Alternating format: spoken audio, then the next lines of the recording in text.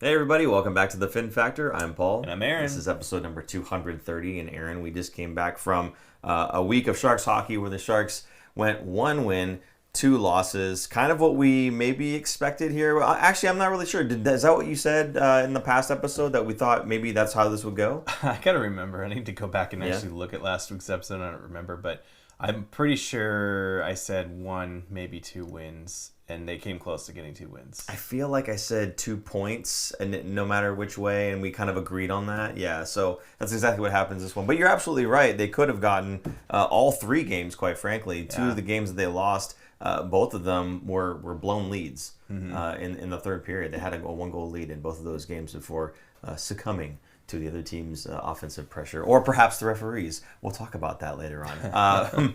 And actually, if you guys can, please get some other people into this chat. Send us out there to your Sharks friends and family. Get the retweet, the repost, the carrier pigeon, the Orient Express. However it is that you get it out to them. Okay, get those folks out here and in the chat. It's a lot more fun when we got more people talking it up with us. Because that is the point of the show, is to have friends chatting. And you guys are our friends. So get some more in here. Okay. Aaron, should we just start with the very first game of the week then? Sure. We kind of talked about this because we did a show on Tuesday night. But Sharks in Carolina, and they lose 3-2 to Carolina. But Cunningham had a pair of goals. Mm-hmm. And the first one, I don't know if you remember this, but Celebrini getting the entry into the zone, jukes 2 guys starting behind his blue line, I believe. Yeah. Threw into the neutral zone and then into the offensive zone, dishes it off to Cunningham, and I think it got blocked. I don't think the goalie stopped it. I think it came off the defender, and then he shot it again real quick. Shot off the defender, and then it came right back to his stick, and he just ripped it again. Yeah. But Celebrini, the story here, and that was kind of a weird thing, I think, because Cunningham was on his line that night. We thought that was kind of weird, and then lo and behold, Warsofsky, the genius, he gets 2 goals that game. So you can't really criticize too much about it. Yeah, I think, and the main thing for me, looking at Celebrini, and I know Cunningham got his goals, and that's the thing we should be celebrating here. But again, it kind of goes back to, how did it happen, right? How did we get there, right? And again, it comes down to Celebrini making these amazing head fakes that he does, like coming through the neutral zone there. And I talked to my son about this. When you're trying to carry the puck one-on-one, there's a level of deception that you have to be able to get past that defender. If you're not just flat out faster like a McDavid would be, just burn everybody, right? No problems, right? You don't have to worry about head faking. Just you're faster, be faster. That's it. Unfortunately, if you're not faster necessarily, the best way to get around it is to be deceptive.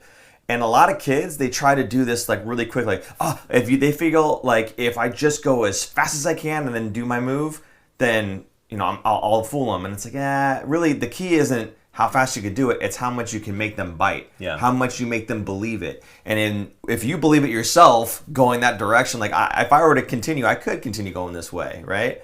Macklin does this going through the neutral zone here, where he's pulling the puck and he's looking over this way, and all of a sudden he just turns the other direction. Yeah. Right?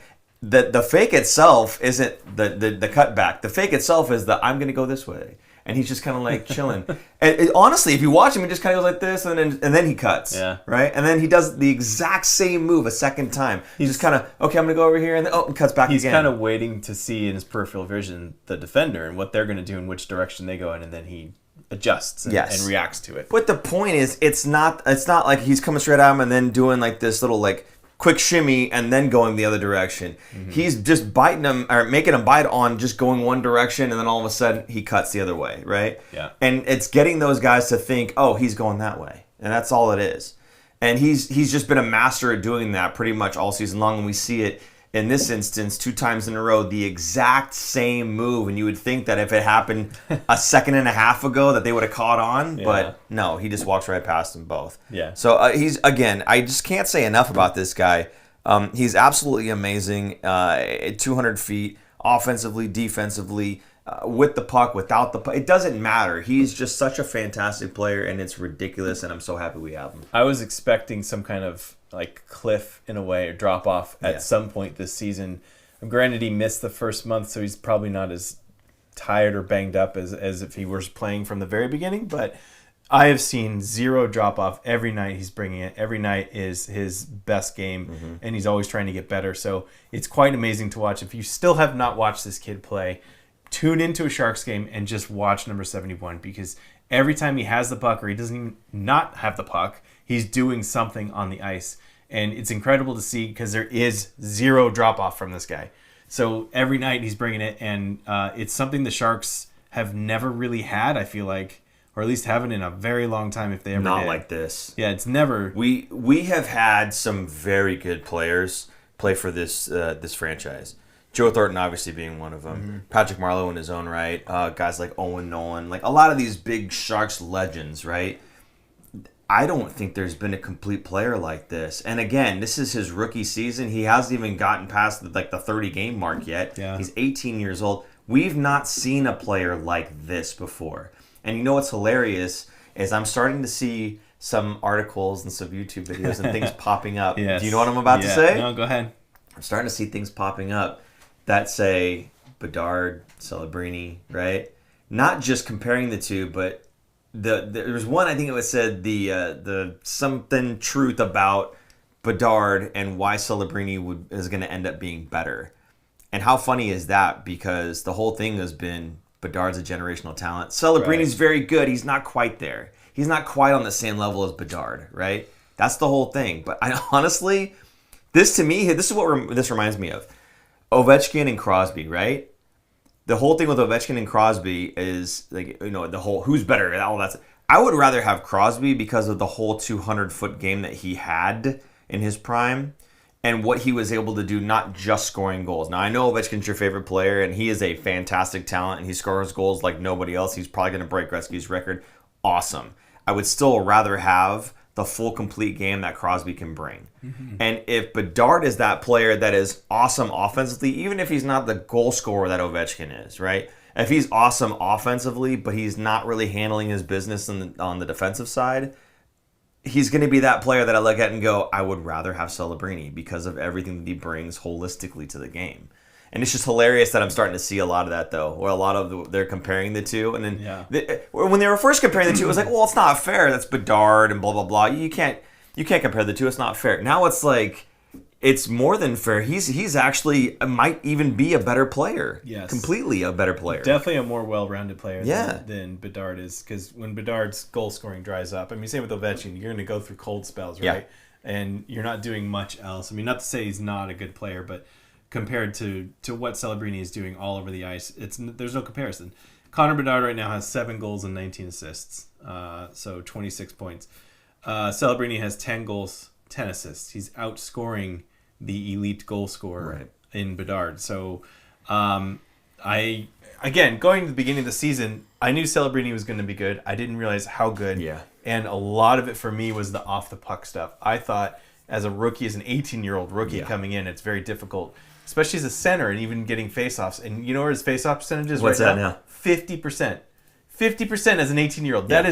That is unheard of. Usually, I mean, Crosby and McDavid, they came in. Even Crosby, I think, had a hard time in his rookie year with faceoffs. McDavid, for sure, had a very difficult time. It took him a couple years to really learn the faceoff circle and do very well in it. But the fact that he's at 50% is absurd for a rookie. Yeah. But going back to Bedard, just a more well-rounded player. And I think I mentioned this before. Yes, Celebrini over Bedard if they ever drop the gloves. I think when it comes to playoff time, who's going to step up more, Bedard or Celebrini? We've seen a little bit of the nastiness come out in this last week with Celebrini getting in people's faces and not taking any stuff from people, right?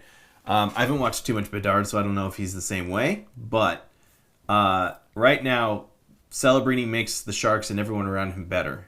Bedard, not as much. Not as much as the catalyst, I guess, if you will, for the team. I mean, look at the standings. Where are they in the standings? Do you know? Chicago's down. They're towards the bottom. Yeah. I thought I had. I mean, not that the Sharks aren't, but not as far down. Right. You know who's still below the Sharks right now? Oh God, who? Nashville. Oh really? Yeah. I think that is. That's a crazy story. Yeah. I'm pulling this up right now. So the bottom of the league right now is Nashville. They are last place points wise. Yeah.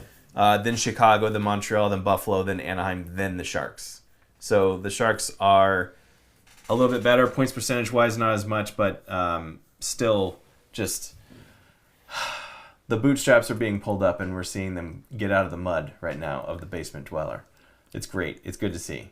You know what's funny is, I'll save this conversation for later. I was gonna say, remind me because I will forget, but I'm gonna miss the majority of the players from this year's roster. Really? Yeah, I think so. What do you mean? Okay, fine. We'll talk about it now. We're going through games or whatever. No, what I mean is like Wenberg, for instance, right? Yep. Even Cunnin. I'm not so high on Cunnin, really. Mm-hmm. But, I mean, he's got certain games where he's doing the job here. There's got, Blackwood, for instance, right? Traded him off. That sucks. I would like to have Blackwood, right? Yeah. Not just he's a great player. He's a great player and a great guy off the ice and good in the locker room, all that stuff. There's not really for instance, Evander Kane. When Evander Kane got traded away, I'm like, okay, it'll probably make us better in the long run. I'm fine with that. It's cool. We didn't need that anymore. Erik Karlsson, I think is a fantastic player. That's fine. Get him off this team. It's okay. No worries, right? Yeah. With some of the guys on this roster, it's like, man, I really wish that there's a way to keep the majority of these players. I wish there was 5 lines, you know what I mean? I know we need to get other blood in there to make us the team that we can be. Yep. But it'll be at the sacrifice of some guys that I really would like to still be a part of the group here, you know? So there's some guys that, again, they've only been with the team very short amount of time, but I love what I'm seeing out of them, and I would love for them to be a part of the franchise moving forward, and knowing that the right thing to do is to move on from some of these guys, either giving them the opportunity, like Blackwood, to play somewhere where they have a chance to win a Stanley Cup, or just moving on from somebody because money-wise it's not going to make sense, or they're not going to have a spot on the roster once we have somebody else coming up, right? There's so many guys on this roster that I wish we could hang on to for the future. There's not a whole lot of guys that I'm just like, it's cool. We just get rid of them. No big deal. Well, look who brought them in. Mike Greer, right? Yeah. He's going to be able to pull these guys in the future years, not these specific guys, but these kinds of types of players that have very high character, are going to be able to mentor the younger guys, because there's always going to be the next young thing coming up. And especially the way that Greer has been rebuilding this franchise with certain players. I mean, look at the last 2 drafts, how many hits it looks like he's going to be hitting on all these players. There's going to be a lot of young guys coming up. So there's always going to be a need for veterans to be there and have a veteran presence. And I think he's showing the league. I mean, first of all, look at Celebrini, right? That's a big draw. How many guys has he played with in the lineup throughout this season when he's been in the lineup? Yeah. Different guys, right? Yeah. It's not always the same, this is his line, right? Yeah. And nobody else is coming near it. It's getting shuffled around, and everyone's getting a chance to play with him, and everyone loves to play with him. Yeah. Because he gets them the puck, and they do things with it, and they're getting their points, and they're padding their stats. I mean, there's a funny comment in here from Ryan saying Bedard makes his stats better. Celebrini makes his team stats better. Yeah, he mistyped it, but fixed it. Yeah, I think that's fantastic. He elevates everyone around him. I don't feel like Bedard does that, and we don't need to completely, apples and oranges here between Bedard and Celebrini, but just easy to pick on the last 2 first overall picks here. Yeah. And how high of a pedestal Bedard has been sitting on. Yeah. Even, pre-draft year, he was way up there. So, anyway, going back to this game now, the second goal by Cunnin from the patented move of William Eklund is going behind the net, and the goalie is looking and goes this way expecting the wraparound, and the pass is over here, and it was a tap-in for Cunnin. Yeah. So, great pass by Eklund once again. Again, it's one of those ones where everyone, Sharks fans, go, oh, we know Eklund's going to pass this puck before he goes around. And it fools the goalie almost every time. So that was great to see. But, yes, they were close in this game. This is a game I didn't think they were going to be close in because Carolina is such a good team, and they limit shots very well. So it's very hard to score on them. The fact that they were actually leading this game, right, going into the third period. Yeah, they were leading. So this is a game, actually, this is why we thought the Sharks could have come away with 6 points after having watched all the games. Because in this game, they go into the third period, the score was 2-1, and they end up blowing a lead. Now, that was one of the questions that a lot of the Sharks media folks had for the post-game interviews was, what do you guys need to do to start learning to step on the throat, essentially here, right? Yeah. To close out a game and to not have these issues where you're not finishing the game, right? And a lot of times they're responding with, it's not like we're not trying. We are trying. It's not like we're just happy with a 1-goal lead, right? It's things just slip away sometimes, and it is what it is. And honestly, again, having the game be that tight in the first place, okay, let alone the fact that they were leading at any point in the game against a team like this. Again, it speaks to the way that Mike Grier has formulated this group, the trades that he's made, the guys that he's brought in, right? It speaks to his ability as a GM to field a really good team after having gone through this gigantic breakdown. And the characters that he's bringing in are really working together the right way, right? So it's just awesome to see that what his vision is working, even if it's not showing in the points and the standings and whatnot. If you just look at the way that they're playing the game, if you look at the way that they're able to come out in the third period with a 1-goal lead against a team that is superior, right? It speaks volumes to the way that Mike Grier has put this team together. And going back to this game, this is the day that Blackwood got traded. Yes. So Blackwood gets traded. He was there for the morning skate, I believe. Yes. Right, comes off the morning skate, gets told he's traded, gets on a plane to go to Colorado. Georgiev and Kovalenko get stuck and don't get out in time to make it for the, I guess the morning skate. Maybe it was the morning, I don't know, whatever. They get to the game late. Georgiev suited up but was the backup to Vanacek, and then Kovalenko played in his first game. Yeah. But it was such a terrible travel day. I don't blame them for not, Kovalenko at least. He only had like 8 minutes of ice time and didn't look too particularly great. I mean, for a guy that hasn't even had a practice with his new team yet. I get it. Hey, we got a game tonight, huh? Well, I wasn't expecting what was going to come from him in the next 2 games. Right. But going back to this game, take last year's team and think about when somebody got traded like Blackwood, someone of that caliber, right, getting traded off that team, devastating. And they would have gone into the game and gotten blown out, especially against a very good Carolina team, right? Their mental capacity just would not have been there. And this team did not do that. In fact, they were leading the game going into the third period, which is crazy to me because I wasn't expecting that regardless of Blackwood getting traded. And the fact that they almost came away with points in this game is absurd to me. So this team is definitely rounded a corner. And again, progress is not linear. Yeah. You're going to see ups and downs, but it is starting to go more up than down lately. So very proud of them for this game and kind of a mental bounce back game after one of their a lot of favorite teammates of theirs getting traded away. Yeah. Kind of earlier in the season than most of them were expecting. I mean, even Georgiev said he was not expecting to get traded at all. I love that quote, by the way, from him, where he says, I was kind of surprised because in the last, however many, 10 games or whatever or so, I really felt like I was back on my game, which goes back to my point earlier about, are we sure that it was Georgiev that was the main problem here? Or do you think that maybe Colorado had something to do with just Colorado as a team, the guys that were in front of him maybe had a little bit to do with that? Because if the goal... now, maybe he's just talking himself up. Fair enough. Hey, I don't think I was that bad, right? Well, he did, in those 10 games, he had a 6-game win streak in there. Granted, he's on Colorado, but you still have to do the work to put in the wins, right? Yeah. So he was getting better. He had a disastrous first 2 games, which he said, those 2 games I was not feeling myself, and then he slowly got back into it. But I think we're going to look back on this and say, remember how we said last episode, I think New Jersey gave up on Blackwood too easily. Yes. Or too soon. Too soon, right? I think that Colorado, and Colorado's got a fantastic goaltender, Mackenzie Blackwood. I'm not saying they screwed up making that trade. I'm not saying that. Don't undo it. What I am saying, right? What I am saying is, I think they gave up on Georgiev a little too early. I think they gave up on him just a little too early. Now, I would still take the trade. Don't get me wrong, right? But maybe for them. And I'm not sure money-wise if it would have made sense. Maybe they could have sent somebody else instead. Yeah, I still think it was an upgrade for them. Yeah, absolutely. Absolutely. And the underlying numbers of Georgiev has been terrible for high danger save percentage. Yes. In fact, they had just run a stat after the trade. Blackwood, I think, was number 8 in the league for high danger save percentage. Well, it's not fair. He's getting more practice. Well, but Georgiev was in the bottom 10 of the league. So...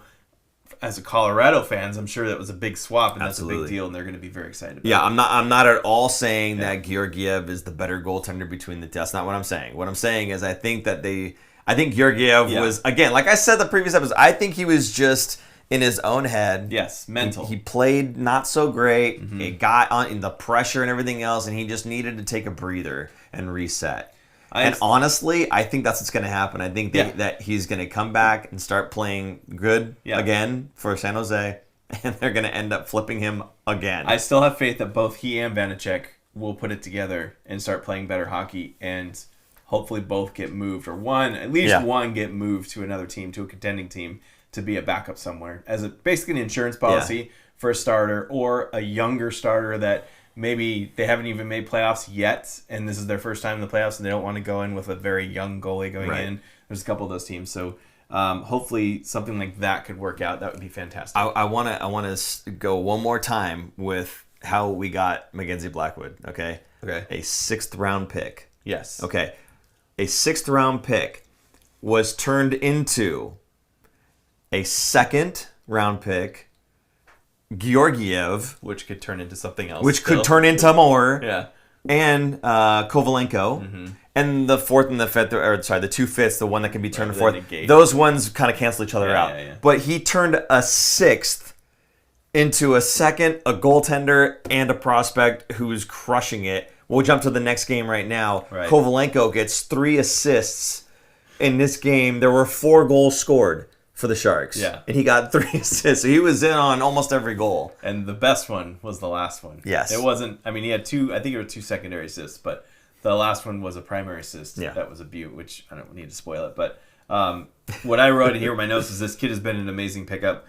And we can easily see why Greer and his staff were interested in him a year ago, because Greer did mention that maybe not a year ago, but the last trade deadline, which was in March of 24. They were in talks about him last season. Yes. Yeah. Not necessarily a calendar year ago. But yes. In talks with Colorado, because at that time, he was still in the KHL, I believe. I don't think he was over in North America yet, but he was not. They had their eyes on him and knew that he was going to be something that they liked, his game, that would fit in well with what they're trying to build in San Jose. So he had been on the radar for a while, and I'm sure Greer was very excited that Colorado finally was like, fine, take him, here, you can have him.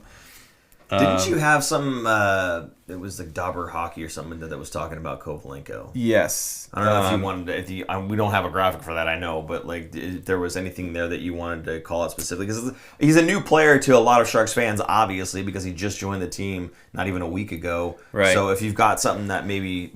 I guess I could read it. This is from Dauber Prospects, and this is basically the scouting report on him. Now, it takes a fantasy take on it because it's based on fantasy hockey. Yes. So this is what it says. We've wished for Kovalenko's appearance in North America for years, and it finally happened last season. After a breakout 22-23, the Swiss Army knife winger continued to produce points, power play points, PIMs, hits, and in 23-24 suffered multiple injuries along the way, so it took him a while. Delayed his AHL debut, but he hit the ground running with 3 points in 4 games. Shoots a healthy 9 shots on goal. He even made 2 playoff appearances for the Avs, where he put up 5 hits, but he didn't get on the score sheet. Colorado historically prefers an experienced roster, but if the rookie stays healthy, he will look to be in a bottom six role and can be the exact type of multi-category depth performer with upside of every fantasy owner looks for. Now they compare him, his upside as in like the best season that he will ever do is Ryan Hartman, 20 goals, 40 assists for 65-ish points and 60 penalty minutes. So he'll chip in, he's going to be scoring, but he's going to be a hardworking guy that's going to be in the bottom six. As a reminder, this was one part of a trade from what was a sixth. Was originally a sixth. Right. Okay. Good God, the asset management is fantastic. Yeah, I'm excited about this guy too. And this is what I'm saying. There's so many players that are on this roster that I don't really want to see go. I want to see a lot of these guys kind of mature a little bit more with this group. And remember what I was saying, I think it was even last episode, I bet you they play Kovalenko alongside Macklin Celebrini, and they did, and it worked out real well. Yet another player, right, they put next to Macklin, and he makes them better. I mean, not to say that Macklin did the work, but Kovalenko, they just mesh. He meshes with everybody. There's not really anyone that he doesn't have chemistry with because he's that kind of player. There was Noah Claxton's comment here earlier, and I wanted to call it out. I'm not hearing anybody calling for Greer to be fired anymore, finally. Seriously, I couldn't believe how many people have called for his head over the years. Like the first season that he was even here. It wasn't even the whole season. It was the first quarter of a season. They were losing. Oh, he needs to be fired. It's like, guys, it takes time. Oh my God. It's incredible the asset management that Mike Greer has done. And not obviously this is one of the examples, right? But multiple examples of changing the entire organization from top to bottom practically of all of their prospects, everyone in the pipeline, adding to it. And we don't know still how many hits there will be from his drafts because there's not that many that have jumped to the NHL yet, but all signs are pointing to looking pretty good. And I don't think this year he'll receive many GM of the Year candidate votes. Obviously, we're a little biased, and I would absolutely throw him in the ring. But once the Sharks start having actual success in making playoffs, then I think we're going to see some of that come to fruition here. Now, granted, Celebrini, a first overall pick. How can you give a GM of the Year for getting a first overall pick? Yeah. Right? It's kind of hard, but the surrounding pieces around that, I think, is what is the body of work that he does. Getting Askarov into San Jose, who is, at the time, and probably still is, the best goaltender not in the NHL. Yeah. So everywhere, defense is the one that he needs to work on the most. Honestly, I don't know. I don't know that we could say that anymore. Dickinson, I just think there needs to be one more Dickinson-type player added, and then they're going to be elite. Right now they're good, but they're not there yet, and obviously it's going to take time. Yeah. Mook Medulin, what did you think of his game since he got called up? I thought he was good. Just good. He didn't stand out in a good way necessarily. He didn't stand out in a bad way to me, really. He was just a player on the ice, and frankly, again, as a part of the Timo Meier trade, I'm fine with just a guy that's on the ice. If he's playing in the NHL, I'm good. That's all I need out of him, right? The other parts of that trade are doing just as well. So I have no problem. I mean, getting Zetterlund, first of all, and then Musty, I think, was the pick, right? So to me, Musty is Timo Meier, right? Musty. That's what I'm saying. Yeah. We're going to have another Timo Meier on the team, and his name will be Quentin Musty. On top of that, we'll have a defenseman in Mook Medulin. Even if he's a sixth. Could be top four. Let's say he's a sixth. Let's not go too high. Let's not shoot for the moon. Let's say he's a sixth. He's still an NHL defenseman. He's 6'4", I believe. 6'4". It's a big boy. He was noticeably big on the ice. I kept saying it too. I was looking at my kids. Look at how big this guy is. He's huge. Like he just towers over everybody. Yeah. But on top of that, his reach. And I think he uses it a little too much. He needs to learn how to use his body physically more. But the reach that he has, the poke check, it really keeps people at bay. What I love doing when I play defense, and I tell my son the same thing, is you don't reach. Keep that gun in your holster. Keep it back here. Don't let them know how long your stick is. Lull them into coming just a little bit closer, and then all of a sudden that thing comes out like a snake and just bam, But yes, absolutely. I thought he was a good player for what I've seen so far. I have no problem with him being a sixth defenseman. You think he'd be in the top four? Even better. If he's just on the ice, period, I'm happy. Yeah. No problems, right? Because the other part of that too with Zetterlund, I'll I mean, there's so many pieces of this trade that, in hindsight, a lot of people didn't like this trade.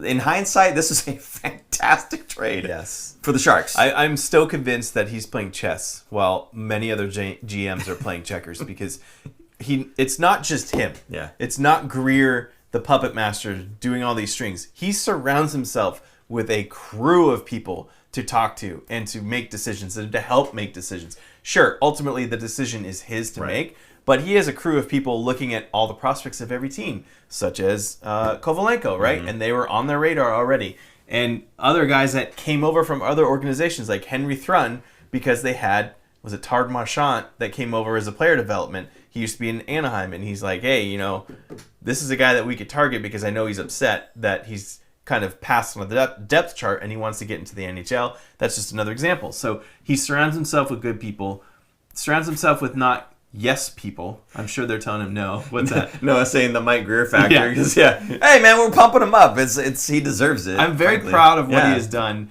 and I'm actually frankly shocked at how quickly he has turned this around because I thought it was going to be lulling. Yeah. I was fearful it was going to be a Buffalo situation of just perpetual rebuild for over a decade. But right now it looks like we're coming out of it.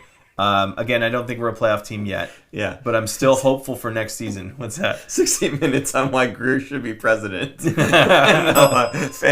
All right, fine. No, we'll move on. I'm stoked. I love what he's doing. I love what he's done. And I love what's going to happen. Yes. So anyway, fantastic stuff. Yes, for president.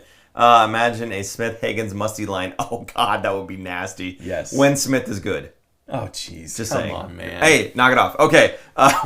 We will move on. So, what else do you want to say about... so Kovalenko had the 3 assists that Somebody night. else had a good But game. I want to say... Yeah, he did. But before we get to that one... Oh, you said that last one. You don't want to spoil it. Let's spoil it now. The last assist that he had was... It was a 2-on-1. Him and Wallman. Him and Wallman. Wallman firing out of the gate there, getting all the way down the ice.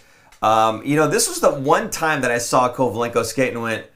It's not as fast as I thought he was. He might have been at the end of his shift. He might have been at the end of the shift. He might have been dogging it on purpose to reel the defender in and get Wallman open a little bit more. There was a lot of back pressure, but he floats this puck over. Again, he waits for that defender to just take that one step towards him. And as soon as he does, floats this puck right over to Wallman. Right out, stick, right in front of the back checker stick, right on the tape to Wallman. Of course, Wallman doesn't make a mistake from there, buries it. Just a beautiful goal. If you get an opportunity to watch this thing on, I'm sure there's highlights of it. Just go and check it out. Beautiful pass. A 2-on-1 clinic. Yeah. It's exactly what you'd want to do and what everyone tries to do. Yes. And is not, not everyone's successful in doing. But yes, absolutely. Get that defender. Beautiful. Get that defender thinking that you might actually shoot the puck so they shade towards you, and then you make them pay for Goalie it. had no chance either. Yeah. Just hung out to dry. It was great.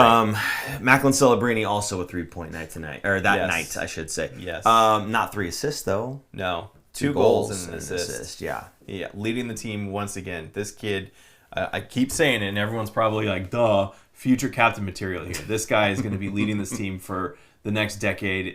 It's incredible to watch what he's doing. But yeah, he scores 2 goals. One of them was he's trying to pass it to Foley and it came back. He tried to. Fencing, I think he tried to sauce it to Foley and it just bounced right off the defender who was sliding. Remember Mario Ferraro did this actually a couple weeks back. He was sliding on the ice and it was a pass that went off of Mario right back to the guy and the goaltender had already slid across and so then it was wide open net for them. Same thing happens here. Celebrini tries to pass it to Foley. Passes it to himself, basically, right? Absolutely. Passes it off the defender's face and back to him. Almost. It wasn't his face, but it would have been funnier. The second one, though. This is Celebrini at his finest. Why he's going to be and is kind of one of the top players in the NHL. Yeah. And he won't talk about this stuff. Did you notice that in interviews, post-game interviews? I didn't know. They'll ask questions about it, and he's like, I don't want to reveal all my secrets, man. Okay. So this is absolutely done on purpose. He kind of does a fake... Wasn't a shot? So I can explain this Go ahead. Because with my kids in real time, I saw that I'm like, oh, and I just stop, rewind, right? Yeah. And boys, come here, check this out. And I see after the fact, there's a lot of breakdowns. Yes. And there was one video that had a zoom on his hands, and then the other where it was just kind of like the rest of his body, right? And they did everything in slow motion so you could see everything that was happening. And I do this with my kids. I say, okay, you're not always going to be able to pull the puck back and then rip and fire. You have to be able, again, low kick point, low flex for all you parents looking for a stick to buy your kids. If you want to get that shot off like immediately, that's the type of stick you would want. And it's meant for you to be able to just put your hands out and punch it and snap, and pulling that top hand back and then snapping. That's what it's meant for. Those really quick releases. It's not meant to pull back, drag, and then fire like a traditional wrist shot would be. It's meant for you to just take the puck from there and just go pop like that, and that's it. So when you watch him, he gets the puck and he does this little stick handle, and it looks like he's just kind of faking a shot, but really it's just a little stick handle. And it's just enough for him, again, with his head up, not even looking towards the net. He just kind of does this, and Binnington kind of resets and does a little shuffle. And as soon as he gives this little move and he starts to take that shuffle, the hands come out and just bang! He goes low. He gets Binnington to go low. Yeah. Because he's either going to cover the pass or the low shot that he thinks is coming. And then he pulls it back. Like, it was such a quick thing. But he sees Binnington drop, and as soon as he knew that, he's like, oh, this is in. So if you watch it, actually, Binnington, he shuffles, the shot comes, and he stands up, and he goes like this. It's too late. He jumps up, he's still standing. He jumps up like this because it caught him by surprise. Again, if you go back to the deception, to what we talked about in the neutral zone earlier, right? It's not about making that quick move and then hoping that quick move made them bite one way or the other. It's about selling it and then making your quick move. He's making them flinch. So what he's doing, in the same way that he did it in the neutral zone with that deke, he comes in and then he makes his quick move. He comes in, draws him that way, and then he makes his move away, right? In this one, he just does a little stick handle, just lulls him to sleep with that little stick handle first. Okay, he was just handling the puck, and then all of a sudden, it just explodes off his stick, and you're not expecting it.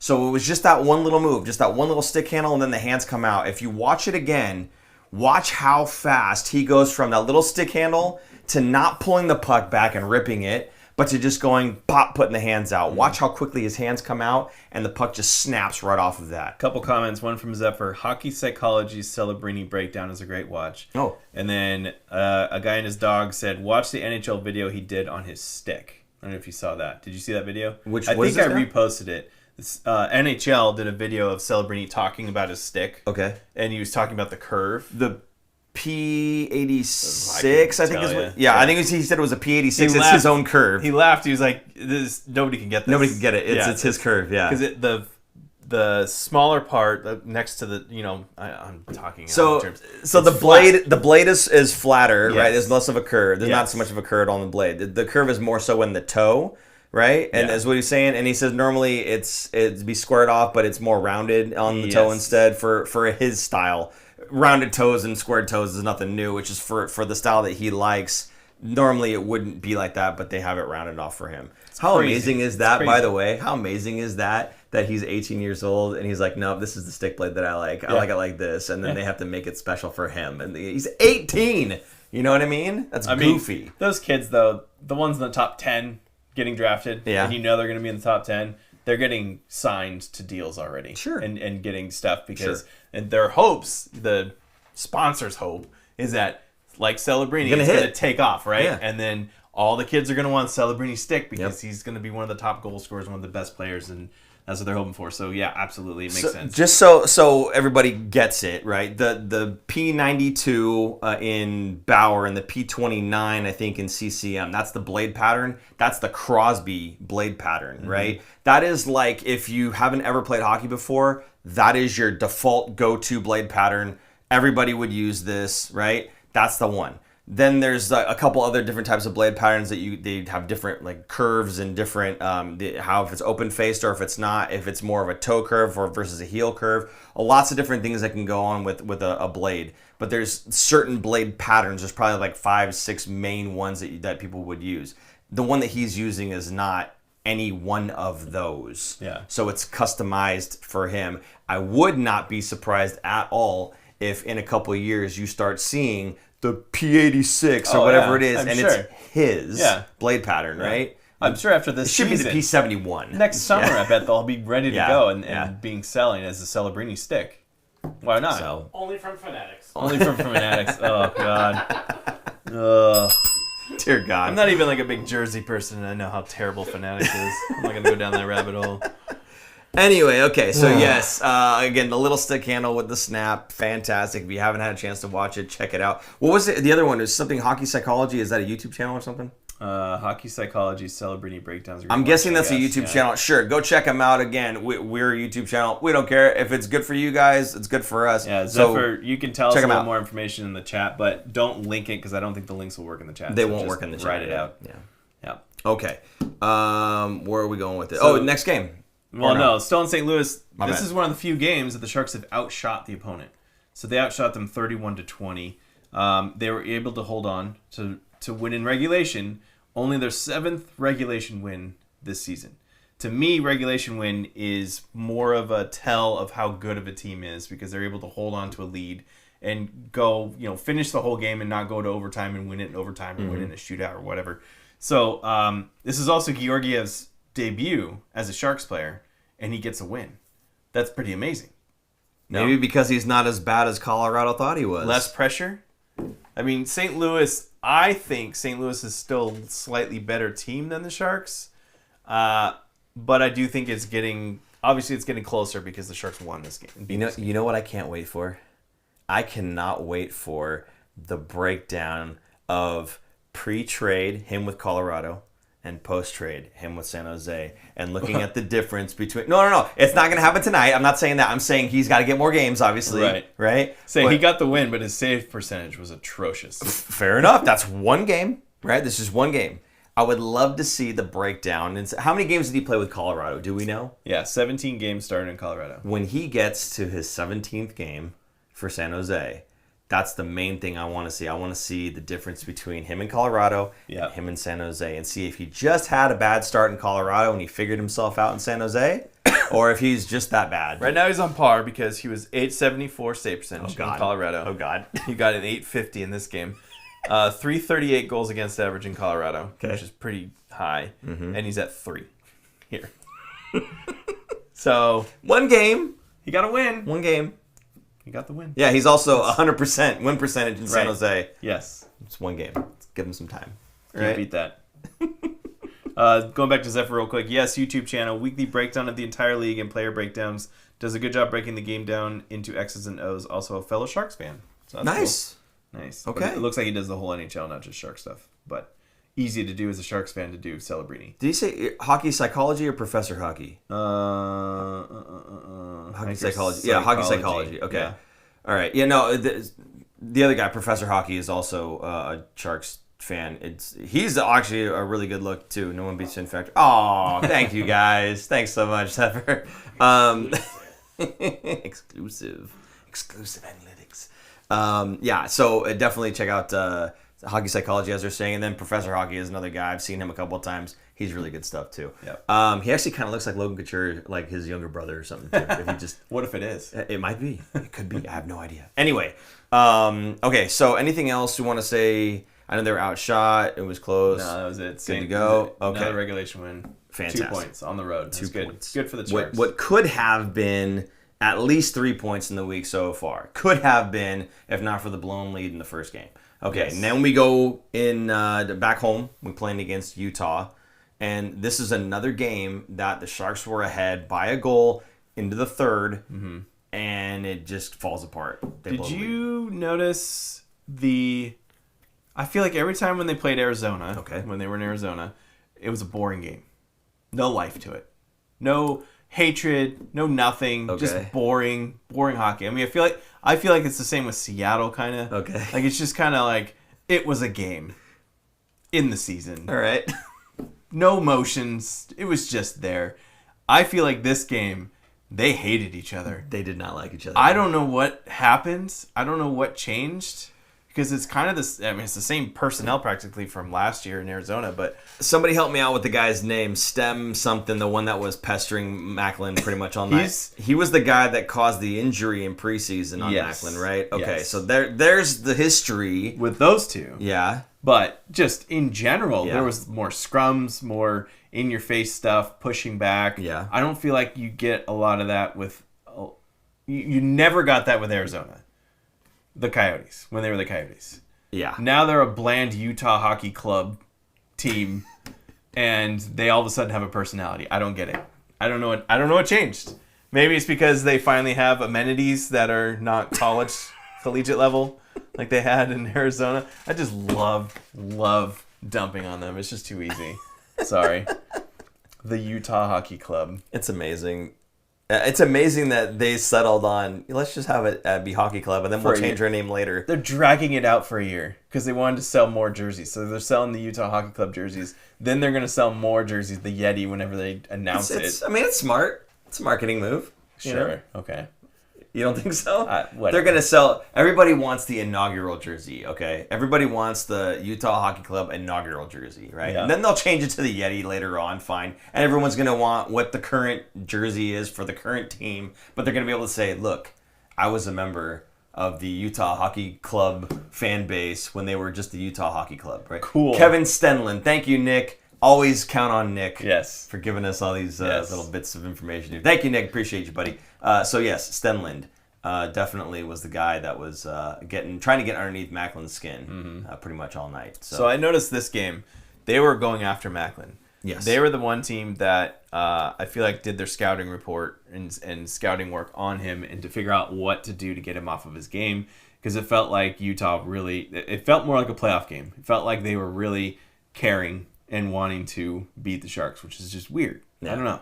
But I think a lot of other teams are going to take the blueprint of what they did in this game and apply it going forward. Mm-hmm. What's up? Go ahead. No, I'm just, every once in a while, I'll just point. You can finish your point. I'm just pointing down the comments because I'm highlighting it. This one. A lot of people are going to be commenting about the refereeing. Yes. And yes, the refs are going to miss calls. And now that we're getting later into the season, we're going to see less and less calls. Yeah. What I was upset about, and I put this out on Blue Sky, I feel like, yes, that was kind of a dirty hit on Celebrini into the boards. If you looked at the replay on the other angle, he gets slashed and almost tripped up first and then shoved into the boards. That should have been a boarding call, checking from behind, whatever, a slash, boarding, a trip, anything, right? You could have called any of those and nothing happened. Right then, Sharks should get in that guy's face and punch him. So Cody Ceci did go after him, but it wasn't nearly enough. No. I'm sorry. And who is it just said our shiny new toy? Someone, a guy and his dogs. So Mark Edward Vlasic in the chat. Thank you for being here, a guy and his dogs. Someone needs to let it be known not to scratch our shiny new toy is what the comment was. Exactly. So my take on this one is, if anybody so much as lays a finger on Macklin in a way that is not just hockey, right? If the normal body check, okay, fine. Shoving in front of that, okay, fine. If it's a shove from behind where his head hits the wall first, his neck's crumpled. Actually, he put his gloves out too. Very smart of him to get that done. Yeah. But if it's dangerous like that, somebody needs to lose a thumb. Okay, somebody needs to lose a thumb. You hacked the hell out of that guy. I'm sorry. Nobody should be touching your 18-year-old shiny toy, as has been said there. Nope. They need to pay for that. I thought that was a very lack of response by the Sharks, and it was kind of sad to see. Like at home, too. Yes, Ceci went after him, but it shouldn't be Ceci. It should be every single guy on the ice attacking the hell out of him and saying, never again, or else. Whatever that means, I'm going to keep coming after you, or I'm going to start going after your stars too. Should have got jumped. Now, I don't think we need an enforcer type player like a Reeves or something, but somebody similar to like Barclay Goodrow who would drop the gloves for something like that, right? Like there needs to be on the ice at all times somebody willing to do that, because that was absolutely insane, especially a night where the refs were not really calling a whole lot. It wasn't just this incident; it was all game, right? That's going to happen. Yeah. It happens all the time.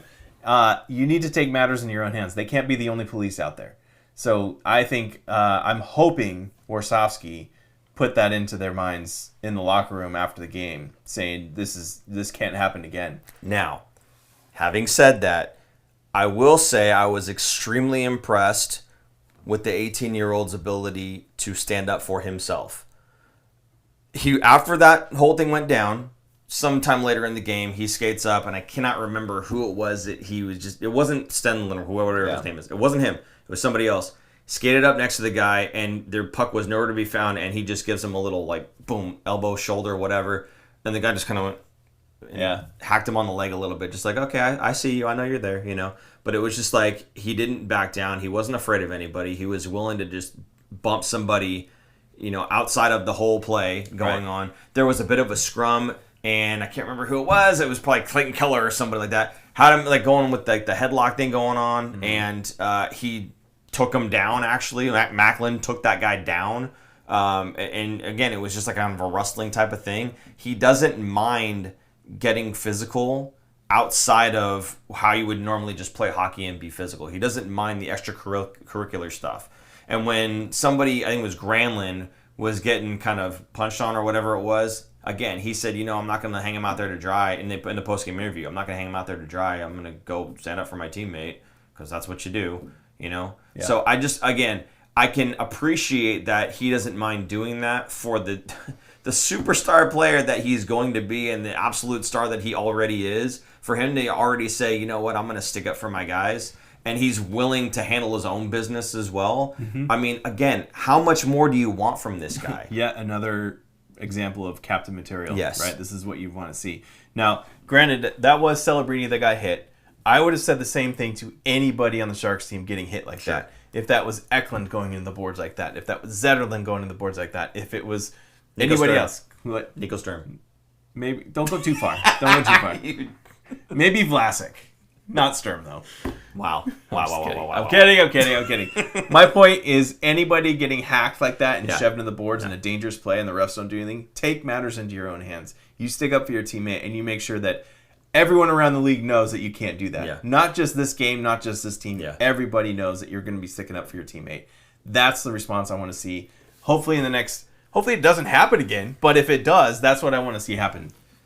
Yeah, and it's one of those things where, again, if the guy who committed it is not going to end up paying for it, all right, fine, I'm going to start coming after your guys. You came after my skill guy, I'm going to come after yours. And it's very easy, believe it or not, to just put the puck into an area where that guy's going to beat you to it, and then you make him pay for beating you to it. It's really easy to do that. You can see that happening like throughout the league. Like when somebody wants to hit somebody else, they can make it happen. It's very simple. So, yeah, 100%. Like, I think that the Sharks, I like that they stood up for each other, but it needs to be a little bit stronger than what we saw, especially when it comes to an 18-year-old superstar like Macklin, right? Again, stick up for everybody on the team, 100%, but when it's the rookies, you really got to protect those guys. Absolutely. Yeah. So, anyway, I don't know if there was there more about that one? Or there was the refereeing that we wanted to talk about. I mean, just the refereeing in general. Now, roll call right now, or sure. Okay. All right. Fire away. Roll call. Tell us what city you are watching us from, and if you really blame the refs for last night's game or for last night's loss. I did a post on Blue Sky about this last night when I was watching. It was just like, good teams don't blame refs for the game. Yeah. Right? They know it's a 60-minute game. It's not the 2 or 3 minute penalties that you get, or 2 or 3 penalties that you're going to get in the game that's going to make the decision. There's not really a lot of... There's just a lot going on there. But I think blaming the refs is what losing teams do. And that's not what you should be doing. You should say, look at yourself and go, we had this game in the bag, and we blew it because we played awful in that third period. Play a full 60-minute game regardless of the refs. You can't count on the refs to bail you out of things. You can't count on the refs to make you play better or give you more power play opportunities than the other team. You got to work hard for that. Yeah. And even if the refs aren't there that night, you still got to put in the work. So I don't blame the refs at all. I hate when people do this too. Like I totally blame Malachi Shark. I totally blame the refs. I don't... Pulling no punches, Malachi. Well done. It's a 60-minute game. There's a lot of time. There's a lot of hockey. There's a lot that the refs aren't doing. So to boil it down and to blame the refs, no. I hate that. I do this across all sports, not just the Sharks. Yeah. I do this with my kids' sports when parents get upset that a ref blew the game. No, they didn't. No. They might have missed a call or made a poor call, but that doesn't decide the whole game. That's not it. I don't blame the refs, but I do think that they did a horrible job, and they did miss quite a bit, and unfortunately did influence the outcome of the game. I don't blame them for the loss, right? That's different. I'm not saying we lost because of the refs, but I am saying the refs do influence the game when they decide to put their whistle away when a guy's getting hit from behind, slamming his head into the wall. And the other one off the face-off. Did you catch that one off the face-off? Yeah, interference, right? It's not even interference. It was like spearing. He took the blade of his stick and rammed it into his gut right off the face. As soon as they dropped the puck, and then they kind of collided with the linesman. Like it got tangled up and it looked like he was hurt. Yeah. I forgot about that. Yeah. So there's just so many things that happened in that game that could have been called. Now I'm not saying the Sharks would have won the game. That's not what I mean. But at least if the calls are being made and they have the opportunity, as they should have the opportunity because there were penalties committed, I just think that, again, it's influencing the outcome of the game. So I would like to see them not have those situations.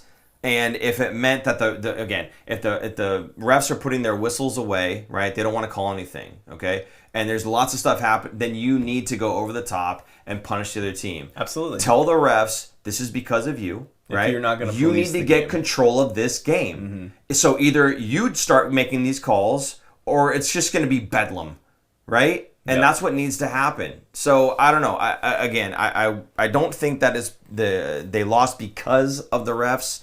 But certainly, it influences the outcome of the game one way or the other. If you blame the refs for this loss, then you would be needing to blame the refs for Vegas losing Game 7 against the Sharks. Sure. It's the same. It goes hand in hand. It goes both ways.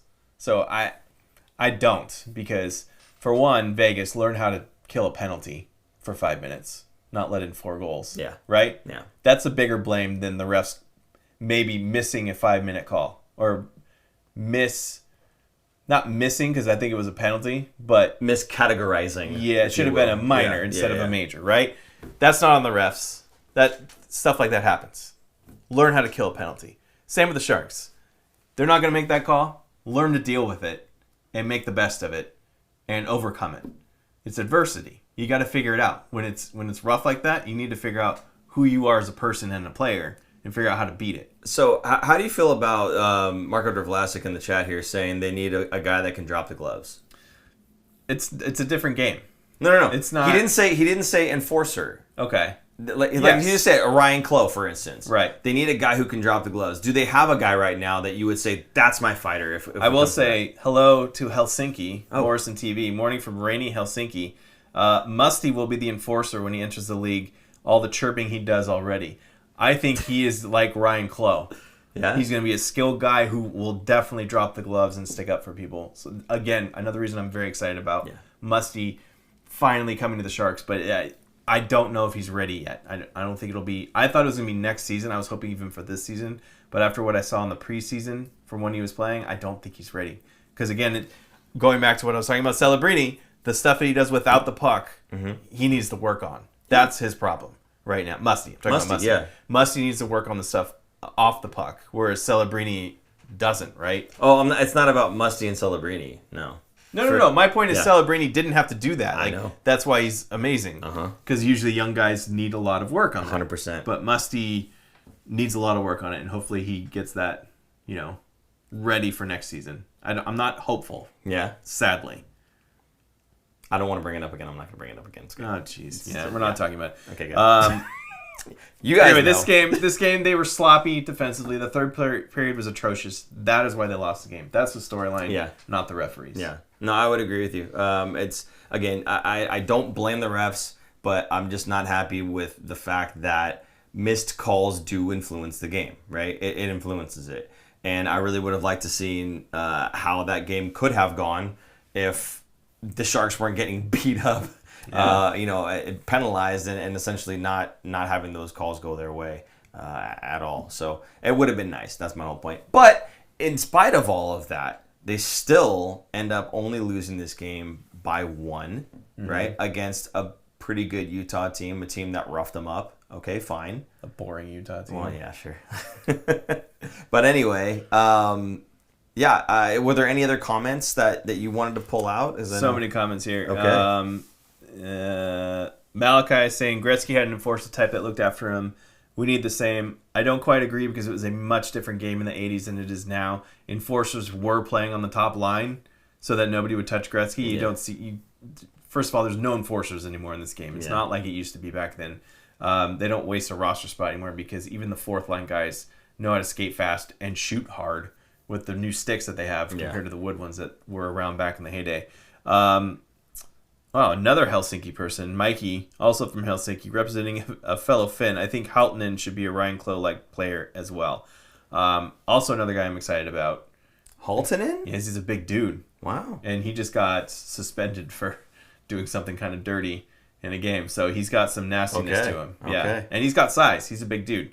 But yeah, anyway, where are we here? Malachi, this isn't about winning. It's about looking after our star forward. We don't need another Hurdle versus Brown. Another throwback there when Brown took out Hurdle's knee and kind of devastated him. I agree. My point earlier was we need multiple guys that will drop the gloves, not a guy. We don't need one guy because he's not going to be on one the ice. enforcer. You want a handful of those blue collar guys that are willing to drop the gloves, but they're still a hockey player, not just a boxer. Everyone that's on the team currently needs to be willing to drop the gloves when there's a dirty play like that. It can't be one guy. They can't all look at the guy. Oh, he's on the bench. I guess nobody's going to drop the gloves. No. You drop the gloves and you get in his face. You should be rewarded in the locker room afterwards for being the first one to drop the gloves.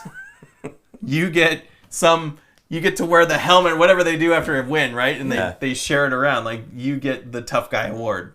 Here's some boxing gloves. Right? There you go. I was gonna say, give them the boxing gloves. The golden boxing glove award goes to the guy who dropped their gloves first for an event where we needed a police officer. So the best player gets the player of the game gets the helmet, and the guy who's the best teammate, if you will, who stood up for everybody else or whatever, gets the boxing gloves. And then you can see how many players get both the helmet and the boxing gloves after a game. Simple. Done. Yeah. Okay. Not quite a bounty. It's not like a dirty thing. It's just you stick up for your teammates. Everyone does it. Everyone. Okay. And again, I know it was Celebrini going to the boards, but if it was anybody on the team, that should be the same reaction. Absolutely should be the same. That's what I want to see. That's what I want. I'm hopeful for this team to eventually turn into. Okay. Drop them gloves. Now, I'm not condoning fighting all the time. Yes, you are. But for events, you just condone fighting for the past 5 minutes. Stuff like this, though, like when the police aren't doing their job, you come in and police it yourself. When the refs are not doing what they need to do it yourself. Take that 10-minute penalty misconduct. Hit the showers early. Put those boxing gloves on after the game. Hit the showers early. I love it. Oh my goodness. Anyway. We have a graphic here. We're gonna calm things down. We're gonna calm things down. We do have some positives that came out of this loss, right? Kovalenko, another point. He gets another assist in this game. Yes. So that's 4 points. Just absolutely freaking embarrassing. Which one was that? Freaking embarrassing. So the reason I asked is because we actually don't hear the audio in studio, so we didn't know what he's doing. Anyway, go ahead, fire away. So Kovalenko and another assist. That's 4 points in 3 games for the new Shark. Yes, that's amazing.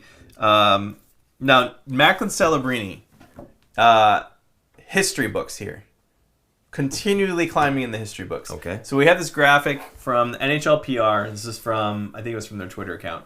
The fewest games to 20 career points by 18-year-olds. Wayne Gretzky, no surprise. Sorry, since 1944/45 season. Yes. Jeez. Okay, go ahead.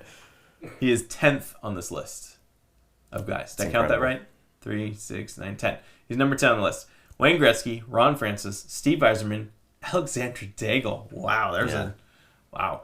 Sidney Crosby, Patrick Kane, Dale Hollerchuk, Sylvian Turgeon,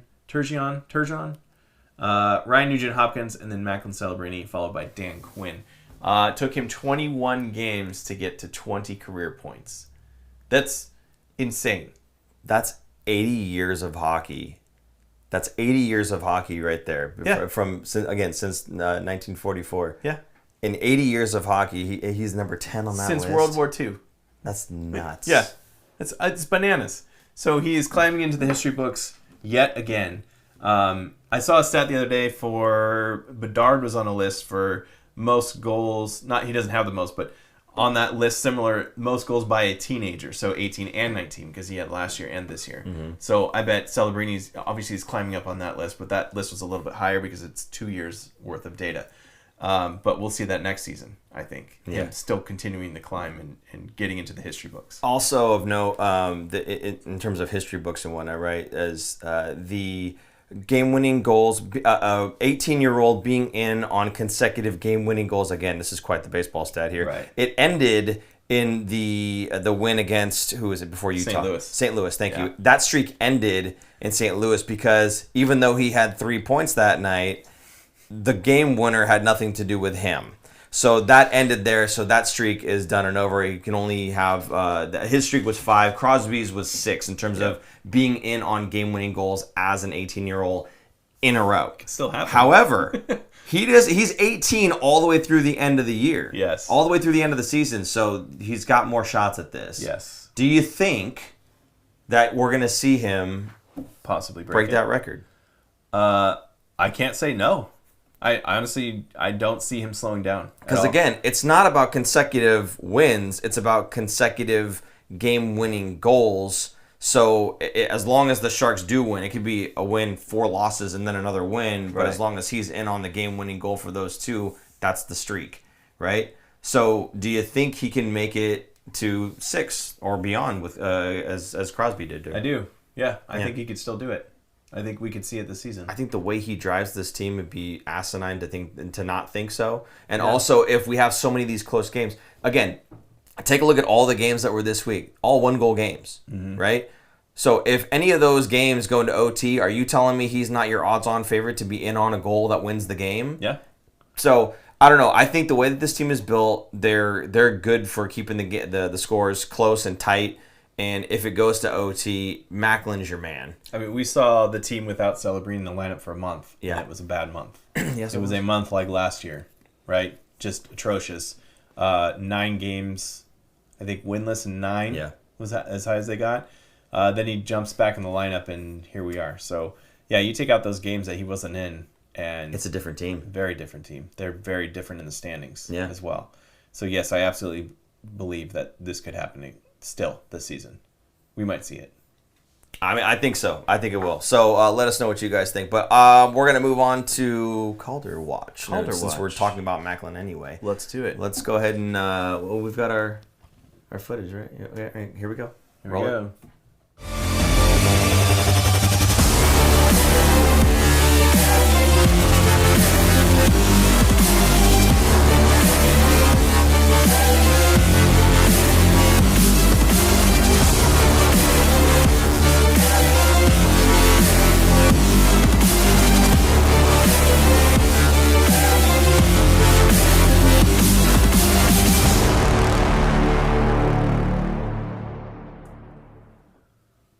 Always love seeing that, by the way. It's fantastic. All right. First on this list, still at the top, Matvei Michkov of Philadelphia. You like my Russian accent? 29 games played. He's got 11 goals, 16 assists for 27 points, and is a +3. His points per game pace picked up because Macklin was ahead of him. Macklin is slightly ahead at .95, and he's at .93. Right. But, I mean, that's too close. They're basically the same. However, the biggest difference here is power play points. So, of his 27 points, 12 are on the power play. A little less than half. It was a little over half the other day. But that's Macklin is catching up to him. I mean, he missed that first month. So, he's got 8 games behind, or he missed 8 games. Had he make those 8 games, let's say 7 points in those 8 games, they'd be right in there. Dead heat. Yeah. As evidenced by their points per game being pretty much exactly the same anyway. Interesting stat here. Time on ice per game. Okay. Michkov is at 1704. Macklin's at 1944. I don't know how many overtime games they've had. I know we've had, San Jose's had a few, but that and what was the other big difference? The shot percentage. Macklin has a lot more shots. Maybe it's due to the ice time, the extra 2.5 minutes. He's getting more shots off. But he's at 59 versus Macklin's 69, which is nice. Yeah. So, all right. Second place. Now, Macklin Celebrini. He's first in up. our hearts. First place in our hearts. But he was, last week he was 5th or 6th. Like, he was down. He's jumped up to 2nd. So, in 21 games that he's played, 10 goals, 10 assists for 20 points. Still -4. But he has 5 power play points of his 20. 5 of his 20 points are on the power play, which is not that much. So, and 2 of his 10 goals. So, like you said, if in those 8 games he had 7 more points, then he'd be in the same category, right, in terms of the amount of points, right? And on those power play, if he had the same power play opportunities, right, and they were capitalizing on their power plays in the same way, and he was in on those, it'd be 7 more points, right? That's what we're looking at here, right? But I mean, Michkov plays for John Tortorella, who he's already been in his doghouse, I think, a few times. Tortorella was in the news this week about giving up on. He's very staunch against anti-Michigan goals, and now I understand. After listening to what he said, I actually understand why he's against it, because the percentage of scoring a goal on the Michigan is like 1 out of 100. It's like 1%. It's very minimal because you have to get your puck on your stick. You have to be able to get it around without anyone getting there. Like, it's not an easy thing to do during a game, right? Whereas the better play and the higher percentage is if you have the puck behind the net, you're going to pass it out front to someone who's going to have a better scoring chance. You're going to get more goals not doing the Michigan than you would doing the Michigan. That's his whole point. But he's like, I've given up. Like, I've given up on attempting to stop it, basically. Like, stop the attempts. Because he's been yelling at, I guess Michkov's been trying. Michkov's tried it a couple times, I think, yeah. That's why he's upset about it, because the percentage play says, if you look at the numbers, it says to play the puck to somebody else who's in the slot, or even wrap around. You know, it's a higher danger chance of, or a higher chance of becoming a goal than the Michigan is. Michigan is just a sexy goal. It's fun. I remember seeing actually there was a YouTube short or something like that of Michkov in his in practice, and it might have been like during the training camp thing. I'm not sure exactly when it was from, but it was definitely him. And yes, he tried to scoop it and pull the Michigan off, and he didn't get it. But it was just the fact that he was in like a practice and trying to do that. So yeah, I wouldn't at all be shocked to see him attempting this on NHL ice during a game. But yeah, it's an interesting take from Tortorella that it's not as high of a % chance of scoring that as opposed to simply making the right hockey play. So yeah, it's interesting hearing somebody have that kind of perspective on it, because it seems like, honestly, if you've got the speed behind the net and you can scoop it fast enough where you're still just you behind the net and you have the puck on your stick, ready to just bang it home. And a lot of goaltenders now, some of them kind of fear that a little bit. And so goalies usually will get their head over into the corner to try to block that shot anyway, or shrug their shoulder up to try to block just a shot, period. And coming from around the net, a lot of them would still be kind of low, and that's why that Michigan worked. But a lot of them now, when they're sliding across, they kind of going like this up against the post to try to block that up too. So, yeah, I could definitely see how that could be something that pulls the goalie the wrong way, and then you get your pass off, right? You make them think that that's something that's about to happen, and so they're guarding for that, and you make your pass off, and then they have to reset themselves back into the right position to make a save. I still like the Zegras play where he flipped it over the net, and then I always forget. Sonny Milano? Yes, I think. Batted it in, right? I thought that was a higher danger chance, because even if he misses that puck drops. You're still passing it right into the crease, essentially, So, I almost like that play better. But, all right. Now, we have a new person that has jumped up into third place here. Yeah. Any ideas? I know exactly who it is, because we talked about him in the previous show, and we said we're not going to bother putting an image up We're not going to make a graphic for him, but now here we go. Have to. So, third place, we have, out of Montreal, Lane Hutson. Defenseman, defense boy. He's got 30 games played, 1 goal, 19 assists for 20 points. How many on the power play here? He's got 7 of his 20 on the power play. So this is a guy, he doesn't score a lot of goals. In fact, he just got his first one, I believe, this week. I remember the last time we looked, it was 17 points, and all of them were assists. So yes, very recently. And he's only got 34 shots, so he's not a very high shooting defenseman. He's not like Brent Burns, throwing the puck every chance he gets. So more of a playmaking kind of guy. But he's up there. So now this three-headed monster is Michkov, Celebrini, and Hudson. Now, it's interesting to see who has jumped up here. Now, we were talking about Stankov, and we had a graphic for him. We're not going to do that today, but he's been very slow and it upsets me because he's on my fantasy team. But he's sitting in 5th now, 4 goals, 12 assists. Right behind him, new Sharks player. Oh, yeah. Nikolai Kovalenko. 6th place in the Calder race. 4 goals, 8 assists for 12 points. That's pretty amazing. The Colorado Avalanche just traded away a Calder Cup, or Calder Cup, I keep saying Cup, Calder Trophy candidate here. No, he's not really going to be. Not but really, no. Just cool to see that there's, and then Will Smith is right behind him, so there's 3 Sharks that are in the top 10. There's one Shark that's in the running. Let's get real here. Come I'm on. sorry. I'm sorry. I know. But and here's why. Okay, take a look at the points per game. That's what I'm looking at when it comes to this Calder race. Right. That's what I'm looking at. Lane Hudson does not have the points per game that either a Michkov or Celebrini does, and he's not going to. So while Lane, you call that a 3-headed monster, I have to disagree, because if we're looking at how effective they are per game, not just how many did they collect with no regard for how long they were out with injury, right? If we're looking at that, then points per game is the bigger indicator to me, right? So if the points per game is very similar between Celebrini and Michkov, but Michkov has more points, I guess if you're looking at just points, then Michkov's the better player. Or do you look at it that, wow, their points per game are pretty similar? Oh, and Macklin Celebrini's actually decent playing defense as an 18-year-old in the best league in the world. Yeah. To me, even if Michkov has more points, if the points per game is even close, and you consider the defensive side of the game as well, Celebrini is the runaway winner. See, I think what's going to hurt Michkov is his coach, Tortorella. Yeah.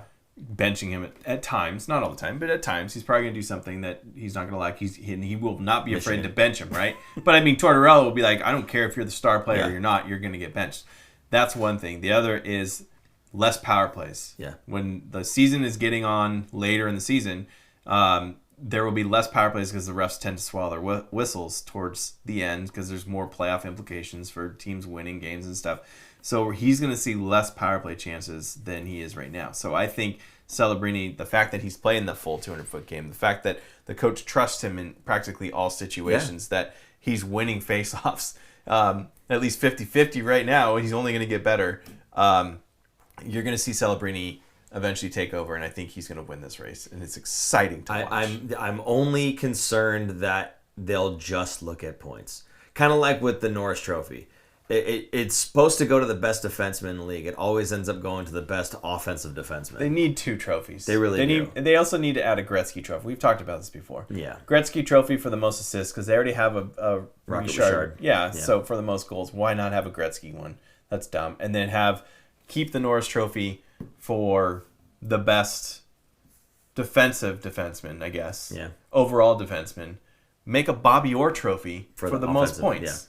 I mean, they could win both. It doesn't have to be points, just best offensive defenseman. Right? Sure. Yeah, whatever. Yeah. I would agree with that, and I'd be 100% on board. They love the trophies. Why not add to them? Because there's multiple trophies for forwards. Right. Why not have more than one for defensemen? Agreed. That's the way I see it. Agreed. So whatever. Anyway. Okay. Anything else you want to add here about the whole Calder thing? A guy and his dog said Mac drives the play. Michkov plays off the rush. Yeah. Michkov has great hands but likes to keep the puck. Mac is a passer, draws the play to him, and then passes. Michkov just drives. So he's more of a me first, not a team player. But it's not to diminish the skill of Michkov. I don't want people to think that I'm just trying to be a homer here, right? Like if this was a guy that was on our team and, he just drives. Yeah, but it's effective as heck, right? The flip side for me, though, is he the best rookie or is he the best rookie goal scorer? What is the trophy all about, right? It's supposed to be the best rookie. And if that's the case, then we should be looking at holistically playing hockey the entire game, right? 200 feet. Who is the best rookie? And you can't just look at the amount of points gathered and say, he's the best one. And that's why I'm using points per game more as the metric than just the absolute total, right? So I'm looking at the fact that Celebrini is right there offensively. Like per game, he's doing just as much or more actually, because the points per game is actually higher. Yeah. Right. Not only is he doing that, he's again playing a good defensive game, and his points offensively are mostly coming at even strength. Like that's harder. and he's a centerman taking faceoffs, etc., etc., etc. To me, there's just no comparison here. Unless Michkov completely runs away, let's say Celebrini ends up with like 0.75 and Michkov ends up with like 1.2 points per game. Okay, fine. Now you've got a conversation. But if the points per game are similar, to me, there's no comparison. Michkov's also just turned 20 last week. He's older, more mature. Yeah. Bigger body because he's had time to grow. But he's still a rookie, and therefore, I know. I understand. And that's fine. But that's you also don't hold another, that against him. It's another advantage that he has over Sure. Mac, and it's still not enough of an advantage for him to be a clear runaway winner of this. Absolutely. So, absolutely. And they are very different type players. But again, going back, Will Smith taken over Michkov, I still think is the right move. It's always going to be hotly debated for anybody who got picked prior to Michkov other than Bedard, right? It's going to be hotly debated, and I get it, and it makes sense that it would be. So again, for me with Will Smith, you guys have heard me saying things about Will Smith pretty much all season long so far. I don't want you to think that I don't like. Every time we say Will Smith, Paul just goes, he ticks. You know why? Because again, I feel like he would be much better served in the AHL. We know, in my opinion, where he belongs. Okay, we know. However, I still think the better pick of him over Michkov is because you have a 1-2 punch of Celebrini and Will Smith in the future. Obviously not now, but that's going to be your Thornton and Marlowe down the middle. You're, as a team going against the Sharks in the future, you're going to focus on containing Celebrini to the point where that second line comes out with Will Smith and you're not going to have anything left because your guys are going to be too gassed to do anything else. It's like putting your best line, your best defensive pair against Crosby, and then the Malkin line comes out. Exactly. It doesn't matter. That's probably a better comparison than Thornton and Marlowe. Like it's similar. It's similar, I guess, but exact same thing. Like just you can't contain 6 guys. Yeah. Right? 2 full lines. So or you're going to be exhausted doing it. Right. You know? And then you're going to have that third line come in that, again, Kovalenko. have a lot of guys that are on that third line that are going to be scoring guys. Like the trajectory of them and the setup right now is really good, and it's very exciting because we can see the potential, right, of where it's going to be. It's not there yet, but you can see signs of it. And you can understand why at the beginning of the show I was saying I'm almost sad to see some of these guys that are going to end up going. Because I do feel like the makeup of this team is not a bad makeup. We're not winning games. I get it, okay? But the makeup of the team and the type of player and the excitement level that's around the team right now and that the fact that those guys are contributing, not just on the score sheet. Again, a lot of these guys are doing a really good job defensively as well. Ty Dellandrea is another guy that I was like pumped about and everything, right? There's a couple guys that, hey, if they move on, okay, great. But there's certain guys that I watch and I'm going, oh man, I really hope that they keep him. I really hope that he becomes a part of this core going down the road here. I hope that these are guys that they're able to keep. You guys know how I feel about Nico Sturman. I wish we could keep him, and I don't think we're going to because teams want him because he's fantastic at what he does, and I would love to have him there. But yeah, maybe it's just not going to make sense down the road. I mean, I could still see him being a coach at some point. Yeah, absolutely. But also like post-retirement. Yeah. Eventually down the road, he might be coming back to San Jose to be like player development kind of thing. He might be one of those guys. I could see that. I could see that. Yeah, absolutely. So anyway, that's kind of where I am with that one. The whole Will Smith thing. I don't want you guys to think that I don't like him. I do like him. I just like what he will be a lot more than what he is right now in the NHL. I like what he is right now in the AHL. I don't really like him in the NHL right now. However, again, a couple years of experience, he'll get there, and he's going to be fantastic. And I cannot wait for that. So there's that. Okay? Again, don't think that I hate the guy. I don't hate the guy. Anyway, moving right along. There was something about inflatables that happened. The Jumbotron had the video playing. I saw it on YouTube. What did you think about the holiday inflatables video? It's supposed to be the follow-up, the 10-year anniversary of the holiday sweater video. Did it live up to the hype? I thought it was cute. Okay. I think it was fine. I mean, I don't understand I feel like it was blown out of proportion, but okay. That's not an inflatable joke. I think it was just It was cool. It was fun. I like it. It's kind of a who's who, right? Stop right there. That was fantastic, Aaron. Way to go. Guys, in the chat, just clap it up. Blown out of proportion. Well done. Brett Carr, it was fun. Exactly. Yeah. It was fun. I'm fine with it. It's cute. I didn't love it. I mean, I wasn't... it's not something I would love anyway. Yeah. So it's not for me, and I'm okay with that. Yeah. Whatever. It was cool. I think it'll be fun to watch again 10 years from now down the road, because it was fun to watch the sweater one from 10 years ago recently. Like, even when that came out, I was kind of like, okay, cool. Like, it's funny. I had a different reaction for the holiday sweater video than I did for the inflatables. I really enjoyed the holiday sweater as soon as it dropped. The inflatables, cool, don't get me wrong, I liked it, but I think it's the right sentiment. It was fun, right? Again, not my favorite from Brett Carr there. Yeah, I would have to agree. It was as nice that they did something, and I hope that they continue to do something, because, again, it's fun, and it should be. Right? I love fun stuff like this around the league. I think it's great, and I liked it. It's not like I don't like it. I'm not trying to dump on it or anything. But the amount of hype that was kind of around it, maybe. Yeah. A little bit. Okay. I don't know. Even when like other teams do stuff like this, I watch it because I think it's funny. Mm-hmm. It's funny. It's fun. The NHL needs to do a better job and do more of this. I think getting the players' faces and names out there. I like that they put the captions at the bottom at the end to like introduce all those players, because I'm sure a lot of people didn't even know who was who without their number and jersey on and their helmet on and everything. So I think it's great exposure, and I think also around the league it got recognition. So people were laughing and liking about it that aren't Sharks fans. So I think that's cool. The Blackwood being in there and then saying guest appearance by Colorado Avalanche Blackwood, which is the same thing they did in the last video, right? 10 years ago. Jason Demers got traded before it was released, and same thing. I have to say, though, I was a little disappointed that they did the guest appearance by Mackenzie Blackwood, but they didn't do anything with Georgiev or Kovalenko post credits like they did with Dylan. Brendan Dillon. Yeah.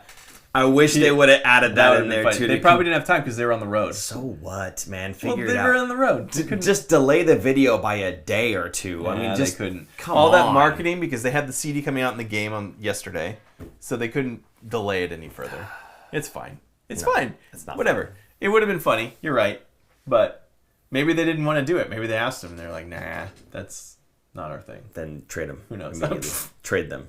I mean, not everyone was in it. Excuse me. Not every Shark was in it. Fun must be always. I know he's not on the team anymore, but whatever. A lot of people are saying holiday sweater was better. I like holiday sweater better too. And frankly, I'm trying to think of the Inflatables tune, and all I can keep thinking of is holiday sweater. It's ingrained. It's not something I put on a playlist. I'll say that. Holiday sweater or the Inflatables? Either one. Okay. I'm just like, whatever. I have a graphic for that. You have a graphic for that? Oh, here we go. Well, Shang, if I knew that answer, then I wouldn't have. We would have started off better. Well, Shane. All right. What's next? Upcoming games. Is that it? Well, we don't want to talk about the holiday stuff anymore, right? We're good. Thornton and Marlowe were in the cameos. Yeah, I thought that was funny. That's cute. They're like, ooh, in the car. Yeah, the inflatable stuff. Yeah, nice. Yeah. Not bad. Anyway, I miss Joe's acting skills. I think he has legit acting skills. He does. He's Do you remember it was Slappy? Yes. The puppet. Oh, Rob Blake, love that Rob Blake. Yes. God. I still say that. I said that at Thornton's retirement. Rob Blake came out. That's what I said to. I was sitting with my son. And I go, "Oh, Rob Blake, love that Rob Blake." He looked at me like, "What?" Of course he does. He's 8. Exactly. He was not around when that happened. Jeez. Yeah. If you don't know what Aaron's talking about, look up Joe Thornton Slappy, and then you should get something. So, right? Joe Thornton Slappy. Yeah. I think it was called Slappy. Anyway, okay. Done with the holiday video stuff. Good, not great. Moving on. Upcoming games. Aaron, we've got 3 again. Yes. 3. Yeah, we got 3 to save. Tuesday, they're all home games. No, first two are home games, and then we go on the road against them. And so Tuesday against Winnipeg, Thursday against Colorado, and then on Saturday we'll be in Edmonton. That is a 1 p.m. start. Let's start off with the Winnipeg game. The last time the Jets played the Sharks, it was an ugly game. Correct? 8-1 or 2. Yes. I'll say 1. It was also a very different team.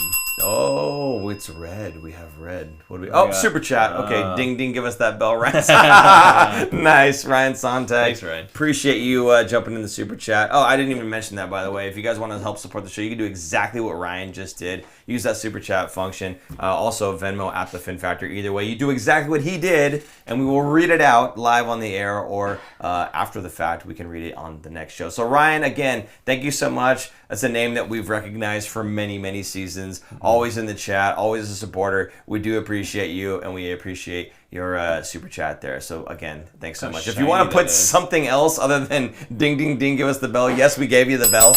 There it is. But if you want to put something else in the chat, we'll make sure that we read that out as well. So again, thank you, Ryan. Anything you want to say to Ryan here?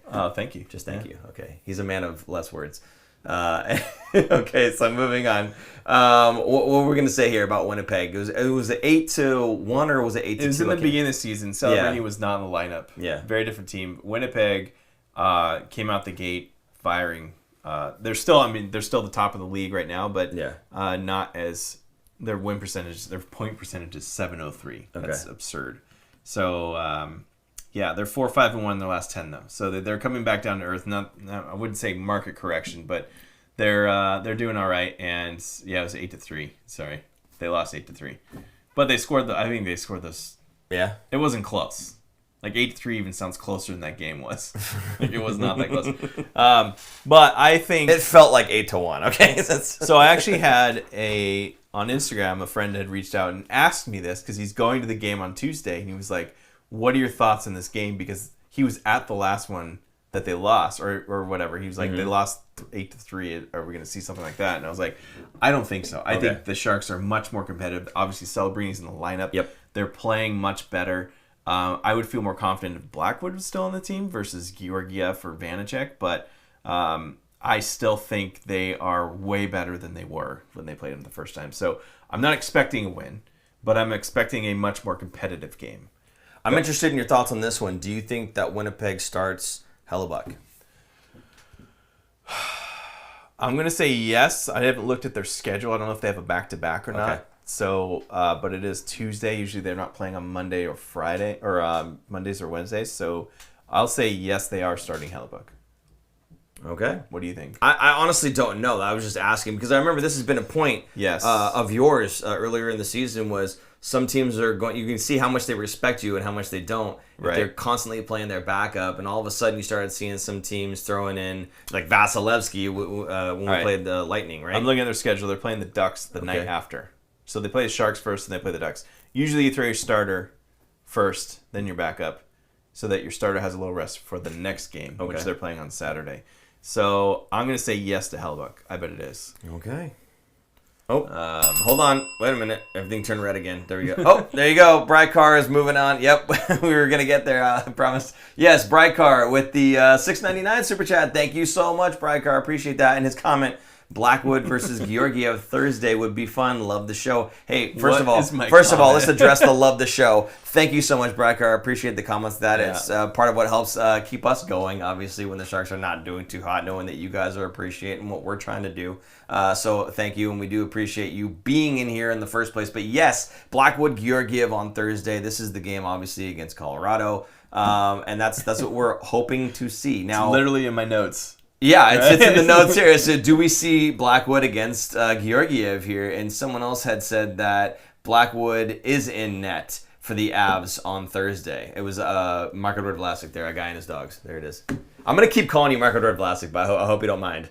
I don't know I don't know. Because you remember when the Sharks first played New Jersey, Blackwood was like, I don't really care about that revenge kind of thing. I think it's going to be more up to the coach. I don't think it's a revenge thing for him, though. I think it's I think he liked that he got moved so that he has an opportunity. And I don't think he left with any bad blood. No, same with New Jersey. It was just kind of like he was glad to be out of there, but they gave him the opportunity to do it, and he was just like, like I don't care. Like it doesn't. If you want me to play, I will play. But if you don't, then I'm not like chomping at the bit to play this game. Right. So I have a feeling the same thing. In fact, I will look up their schedule and see what their schedule is like because they are coming on Thursday, correct? Yes. I mean, I think that they should start Blackwood just so that the San Jose fans can give him the ovation he deserves. Agreed. And they're also going to Anaheim the next night. Everyone usually goes in and plays California Cricket. So that is two teams. The Ducks are so lucky. They're playing 2 of their games this week against a team that's coming on a back-to-back from San Jose. Yeah. Not that San Jose is some juggernaut, but still, you got to play through a now competitive Sharks team. So 2 teams back-to-back for them. Why can't it be the other way around? Isn't it funny going that through that you Anaheim just and then said- here? Isn't it funny though that you just said a now competitive Sharks team? Absolutely. We're- They are a we're- much better team. We're near the bottom of the standings, right? And again, without celebrating the lineup, we were absolutely horrible. You got to work hard to get your points. 100%. It's a very different team than they were a year ago. They were not like this a year ago. Absolutely. And again, Greer for president, as someone had said earlier, or whatever, fine. But like that's what he's done. He's made this team respectable, where teams are not constantly playing their backups; they're playing their starters. Yeah. They're not just bowling over us. We had a couple of losses this season. Again, an 8-3. Thank you, Nick. Lost to Winnipeg earlier, but all throughout this week, the most recent hockey, all 1-goal games against decent competition, right? Mm-hmm. So I think you're absolutely right. This team's a tough one to play against, and it's not one that you can just go into San Jose and be like, oh, we're going to get 2 points here, no problem, right? But going back to Blackwood, 100%, I would love to see them start Blackwood again, if only just for the ovation that he's going to get. The video board, they're going to do something, I'm sure. Hey, thanks, Mackenzie, et cetera, right? And yeah, just having Georgiev in net, I think, is just natural because they played Vanacek the other night. So I think he's next in line here, right? Yeah, but Georgiev will be playing on Winnipeg then, not Colorado. Ah, true. So I'm not sure. I'm not sure if if Warsofsky will change it up. We'll find out tomorrow. Here's what I would do. Or I'm sorry, on Tuesday. What? You bring up Askarov to play the Winnipeg game. Who are you going to send down? Don't have to send anybody down. You're thinking too hard. You don't have to send anybody down. You're thinking too hard. They won't do that. You don't have to send anybody down. You Why can would they send a player down. That's fine. No, they're not doing that. You're making it complicated. I think they should. It'd be fun. Edmonton. All right. These 3 games. How many points are you thinking this week?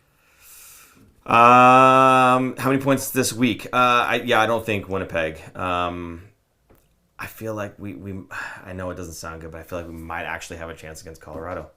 Might actually have a chance. I'm not convinced that it's all goaltending for Colorado, number 1. Okay. Number 2, the Sharks just spent 2 seasons shooting on Mackenzie Blackwood in practice. If they start Blackwood, I'm not saying we're going to pick every corner, but I am saying they know him better than other goaltenders around the league, right? Yeah. So I am not convinced that Colorado is going to destroy us. They may. I don't know. But I feel like that's a winnable game. A winnable game.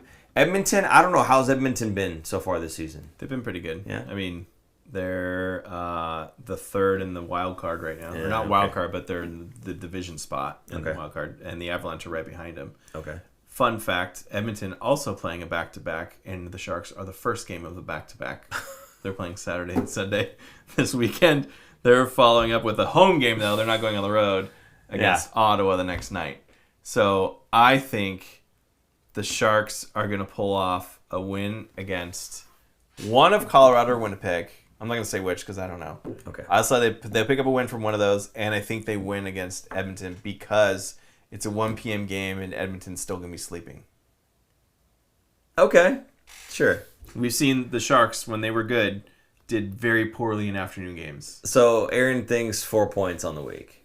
I'm going to say 4 points. You can say 4 points. Yes. I'm going to say 3 points on the week. They're going to go to OT with somebody, and I feel like they're going to take that Colorado game. That's what I'm thinking. Okay. Probably end up going to OT against Edmonton. And that's my prediction. It's going to be a loss, win, OT, loss. Right? That's what I'm thinking. Yeah. 3 or 4 points. They're going to go OT against Edmonton. I don't know who's going to win. But when you got Connor McDavid on the ice with all kinds of space 3-on-3, it gets ugly real quick.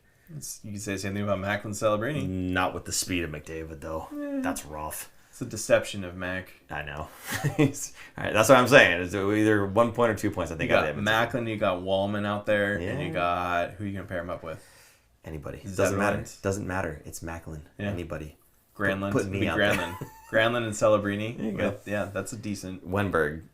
Wemberg. Hell of a shot. They put Wemberg out there a lot because he's they very have. good at face-offs. Face-offs, yeah. Got to win the puck first. Absolutely. I will thank your boy, Mark Edward Vlasic here, a guy and his dogs.